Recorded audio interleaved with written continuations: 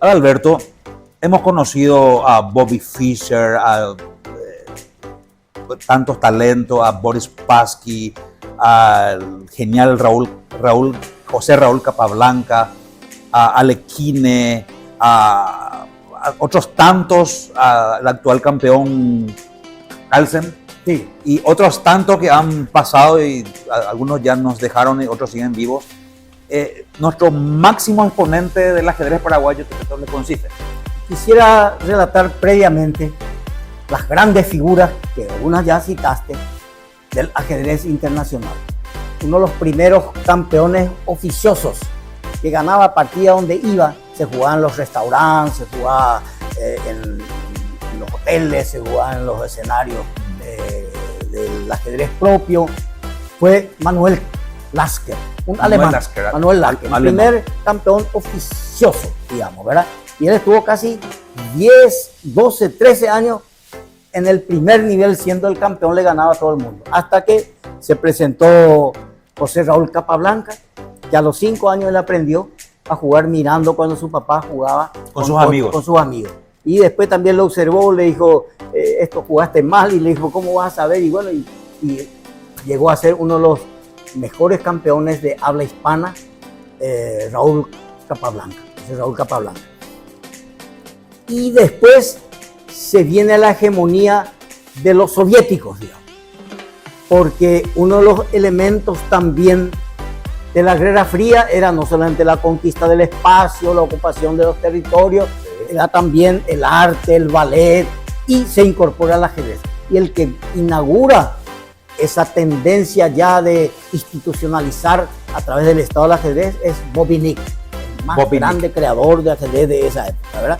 Y la Unión Soviética tiene una hegemonía de 15 años. Nadie le ganaba a Tartakower, a Smysl, a Tigran Petrosian, esos grandes jugadores.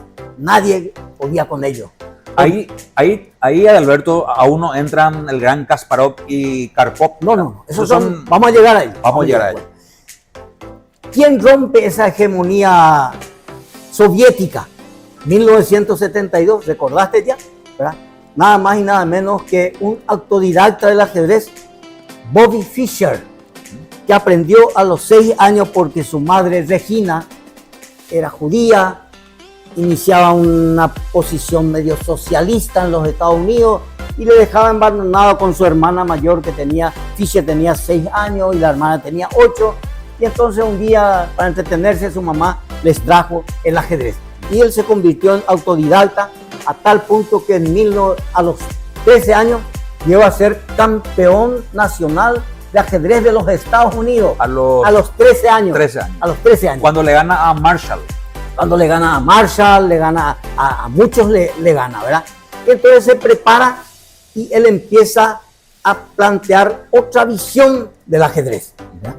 Y entonces prepara todo su estudio, el autodidacta, se provee de algunos libros también y llega el gran desafío contra Boris Spassky, que se juega en Reykjavik en 1972 en Islandia. Donde inicialmente no quería irse, pero después de una llamada telefónica desde el gabinete de la presidencia de los Estados Unidos, Bobby Fischer decide irse. Bueno, Bobby Fischer era luego muy especial, digamos, por todo el sufrimiento que pasó. Él llegó al tercer, cuarto grado de la primaria, después ya dejó y se dedicó exclusivamente porque el ajedrez se convirtió en un refugio, a tal punto que después él dijo, el ajedrez no es como la vida, el ajedrez es la vida. Y sentó algunas condiciones, porque se organizó el campeonato mundial en Islandia, en Reykjavik, y él puso condiciones. Primero, que se ponga una bolsa más o menos de $5,000. En aquella época. En aquella época. Lógico, era la visión del capitalismo en contra de la visión del socialismo, porque los grandes maestros y campeones soviéticos no cobraban sueldo, no tenían premios, eran funcionarios del Estado, ¿verdad? Entonces él incorporó eso y dijo, no, si ustedes no ponen este premio, yo no viajo. No llegó él a Islandia el día en que iba a comenzar. Después, para la segunda partida consiguió otras condiciones y entonces viajó y llegó a Keflavík. La primera partida que juegan, que es la tercera, porque la primera y la segunda perdió por su ausencia, en la tercera gana Boris Spassky. En la cuarta gana Boris Spassky. En la quinta ya gana Bobby Fischer. Y termina ganándole a Boris Spassky el campeonato mundial. Entonces en el mundo se difundió el ajedrez porque los Estados Unidos hicieron difundir que ganaron a la Unión Soviética en el tema de la ciencia, de la cultura, del ajedrez, de la inteligencia. Además de la puja política y económica que estaban, digamos, después de la culminación de la Segunda Guerra Mundial, para ver quién era, digamos, el que llevaba el orden en el mundo. A tal punto que cuando Boris Spassky, bueno, hay una anécdota también, que en una de las partidas no se iba a presentar Bobby Fischer.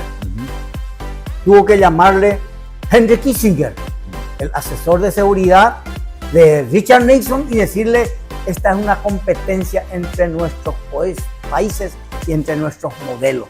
El presidente Nixon le pide por favor que vaya y participe y termine y gane. No era solamente un enfrentamiento entre dos personas, sino eran dos sistemas. Entre dos países y además entre dos modelos de visión económica y política. Que jugaban la hegemonía del mundo, ¿verdad? Y entonces él gana y le ofrece una audiencia a Richard Nixon. Pero a tal punto, la envergadura de esa competencia, que Bobby Fischer es considerado un héroe nacional en Estados Unidos y en el mundo occidental. Sí. Y Boris Spassky es recibido como traidor de la Unión Soviética por haber perdido el campeonato. En ese nivel. Así son de terribles. Así era en esa época. Y bueno, una consulta de Alberto. Tengo en mis manos un manual básico. Después me contás lo de Zenón Franco, porque a eso quiero ir. Manual básico de ajedrez.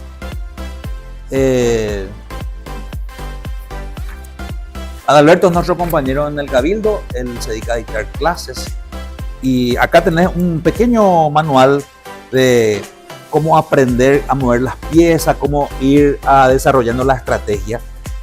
Adalberto,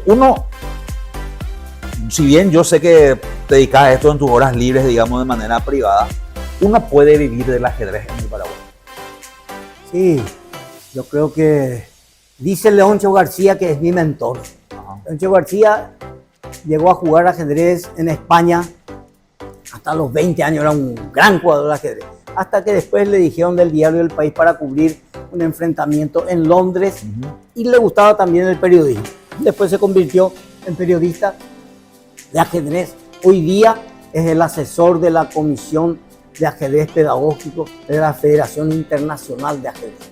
La Federación Internacional de Ajedrez incorporó un capítulo importante del ajedrez pedagógico en todas las escuelas y en todo el mundo. Y uno de los mayores promotores es justamente ese que citabas, que es Garry Kasparov, que es otra historia de enfrentamiento entre el viejo sistema soviético, cuyo campeón era Karpov, Anatoly Karpov, y un niño joven que era Garry Kasparov, que era el representante de Gorbachev, de la nueva visión del socialismo.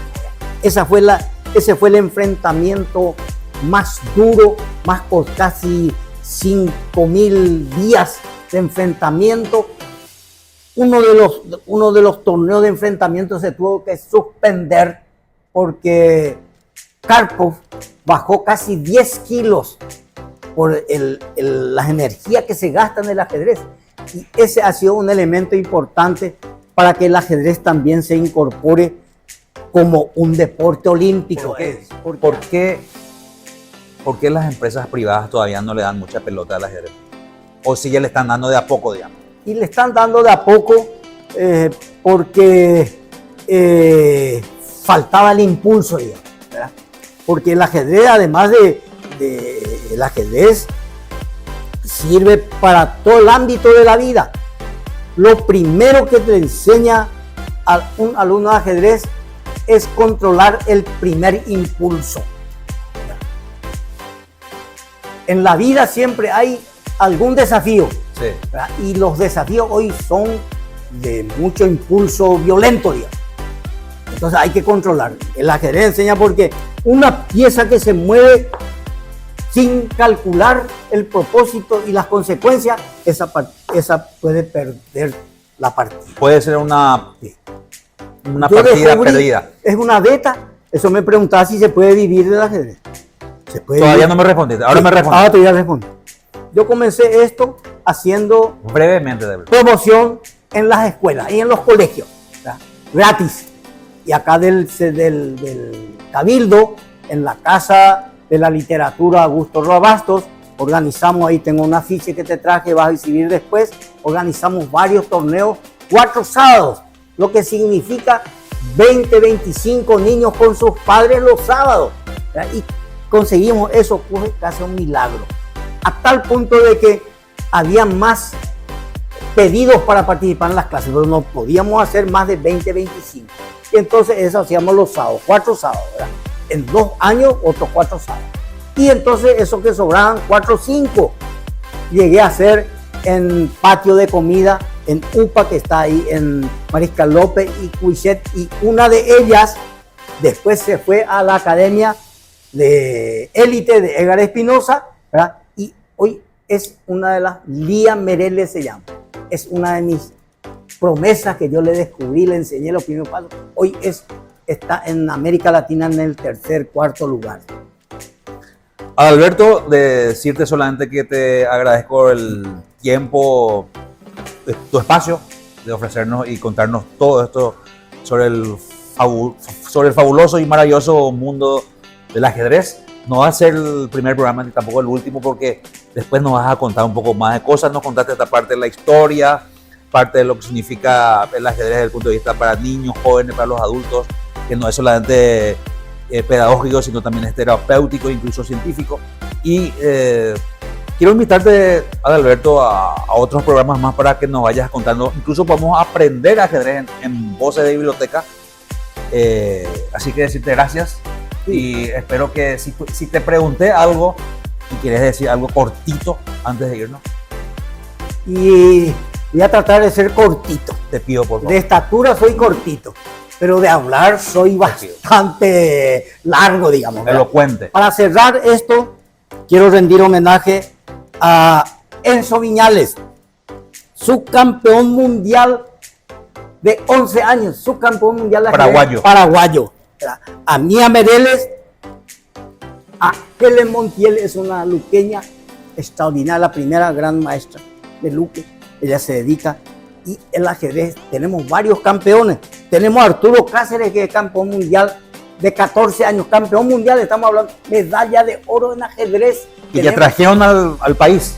O sea, no viven, son paraguayos, estudiaron acá, pero Helen Montiel es luqueña. Pero ya son méritos del país. Méritos del grupo de ajedrecistas apasionados, ¿verdad? Y es el nivel de cultura que se va elevando. Gracias, Ricardo, por invitarme a este programa tan auspicioso, Voces de Biblioteca, y estaré siempre dispuesto para esta pasión, porque yo también a la mañana hago, y esto hago gratis, no le cobro nada a la biblioteca ni al cabildo porque soy funcionario, pero a la tarde me gano mis buenos pesos, porque yo tengo de lunes a viernes a la tarde clases particulares con niños de 14 años, de 6 años, de 7 años, y me pagan nada más y nada menos que 100.000 guaraníes la hora. Estoy sacando casi 4.000, quiere decir que se puede vivir. Se puede vivir entonces. Así mismo. Bueno, gracias, Alberto. Este programa es en memoria de nuestro compatriota Zenón Franco. Muchas gracias.